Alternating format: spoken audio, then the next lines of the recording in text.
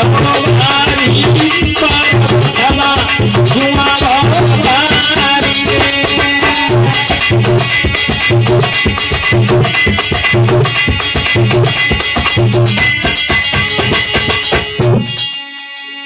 कौरव सभा जुआ भारी सुनियो बात अंगारी राजमाल सब कछुआरी गए हारी गए अरे द्रौपदी सी नारी कौरव सभा जुआ भारी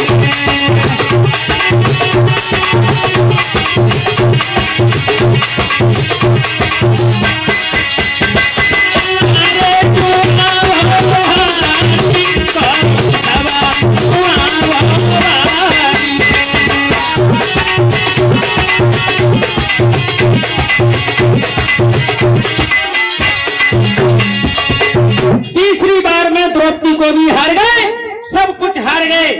पांडव कहने लगे मामा अब ऐसा करो मेरा सब कुछ वापस करो, अब मैं घर के लिए जाते हैं। एकदम सुखदेव कहने लगे पागल हो, लेके आज तक कुछ दिया नहीं जाता, जो हार जाता है वो जीतने वाले का हो जाता है। पांचों पांडव चक्कर में पड़ गए, कुछ कह नहीं सकते क्योंकि बात में फंसे।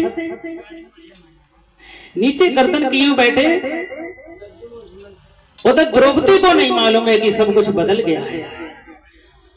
कौरवपति दुर्योधन ने दुशासन से कहा है, दुशासन जो दुशाला का पुत्र था दुशासन, दुशासन से एक बात कही है, खड़ा खड़ा मेरे मुंह की तरफ देखता है, चला या रणमहल में दरबार में द्रौपदी को घसीट करके मेरी सभा में ले आ। उसने मुझे अंधों का अंधा कहा है। और दुर्योधन बोला क्या? दुर्योधन बोला द्रौपदी को सुभरी सभा में ले आओ, सुभरी सभा में ले आओ, उस पैसा को नंगी करके मेरी जंघा पर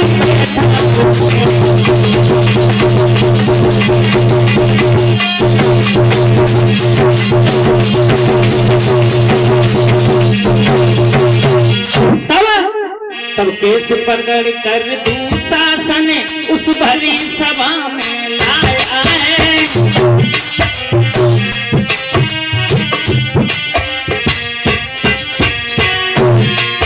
अपनी यह आचार देख करके सबको सन्नाटा छाया है।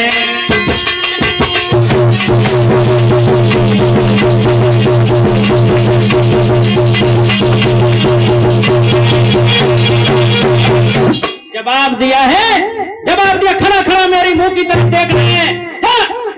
द्रौपदी को घसीट करके भरी सभा में ले आ, मुझे उसने अंधों का अंधा कहा था। आज देखो अब तो शासन चला, द्रौपदी बैठी हुई थी दरबार अंदर महल में। जवाब दिया भैया तो शासन तुम कैसे आए हो? बोले चलो। दुर्योधन बोला रे, द्रौपदी कहने लगी भैया तुम ये क्या कह रहे हो? और दरबार में भला स्त्रियों का क्या काम है? वहां तो बड़े बड़े राजा महाराजा बैठे, गुरु द्रोणाचार्य बैठे, बाबा भीष्म पितामह बैठे, और जहाँ हमारे पांचों पति बैठे, वहां स्त्रियों का क्या काम है? बोले चलो हो चलो, नहीं तो मैं जबरदस्ती ले जाएंगे, चलो। मना कर रही है द्रौपदी, लेकिन आज केस पकड़ करके दुशासन लाया है सभा में। और जैसी द्रौपदी आई है सभा में, सबको सन्नाटा सा छा गया। पांचों पांडव नीचे गद्दन किए हुए बैठे, मां गांधारी के आंखों पे पट्टी बंधी है। दुशासन से जवाब दिया मैं ले आया। दुर्योधन कहने लगे द्रौपदी ध्यान करो, उस दिन हम जल में गिर गए तो क्या कहा था कि अंधों के अंधे पैदा होते ना। सुनो, आज यही अंधा तुझे नंगा करके अपने जंगा पर जरूर बैठाएगा।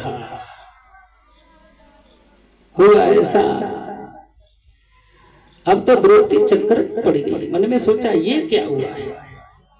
दुर्योधन को आदेश, दुशासन को आदेश दिया। दुर्योधन ने खड़ा खड़ा मेरी मुंह की तरफ देखा, खींच के द्रौपदी की साड़ी कर दे इसे सभा में नंगा। क्यों? इसने मुझे अंधों का अंधा कहा था ना। दुशासन चला है, द्रौपदी सभा में चक्कर काट रही है, दुशासन पीछे पीछे भाग रहा है।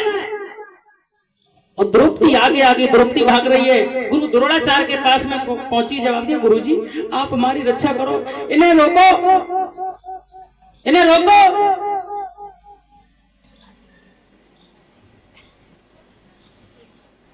आज द्रौपदी चक्कर में पड़ गई। मैया गांधारी के आंखों पे पट्टी बंधी है, कुछ कह नहीं सकती। पांचों पति के पास में पहुंची, बोले तुम तो मेरे पति हो, मेरी रक्षा करो। कुछ नहीं बोली। क्यों बात में फंसे। गुरु भीष्म पितामह के पास में पहुंची। भीष्म पितामह ने कहा, द्रौपदी मैं तुम्हारी कोई मदद नहीं कर सकता।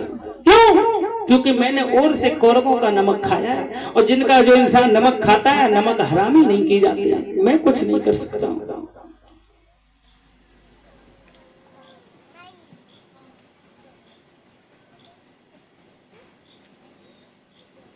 द्रौपदी ने मन में सोचा, हमें लगता है अब हमारी लाज बचाने वाला कोई नहीं है। हुआ ऐसा, द्रौपदी सभा में रो रही है, चक्कर काट रही, बात कहती है। कन्हैया की याद आई द्रौपदी को।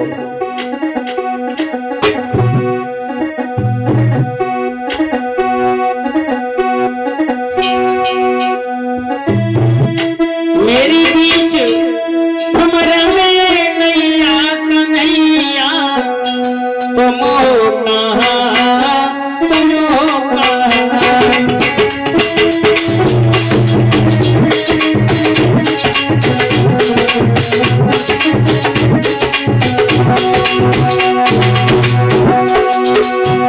तू सासनी अत्याचारी है,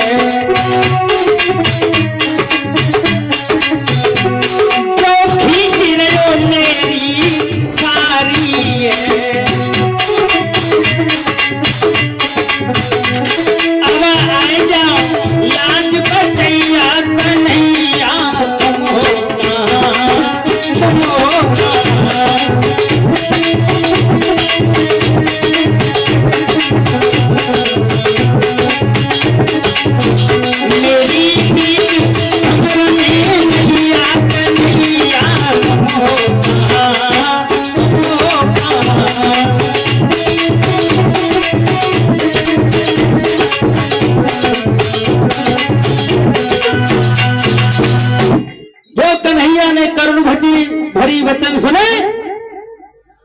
जवाब दिया, हमें लगता है हमें कोई मेरा भक्त बुला रहा है। कन्हैया इंतजार कर रहे हैं, बोले अभी मन से नहीं पुकारा, अभी नहीं जाएंगे। अब दुशासन जो था साड़ी खींचने के लिए चला है, लेकिन दुशासन ने कुछ नहीं कर पाया। धीरे धीरे धीरे धीरे किसी भी तरीका से दुशासन के हाथ में एक साड़ी का पल्लू आ गया। भगते भगते और उधर जब साड़ी का पल्लू आया तो द्रौपदी की साड़ी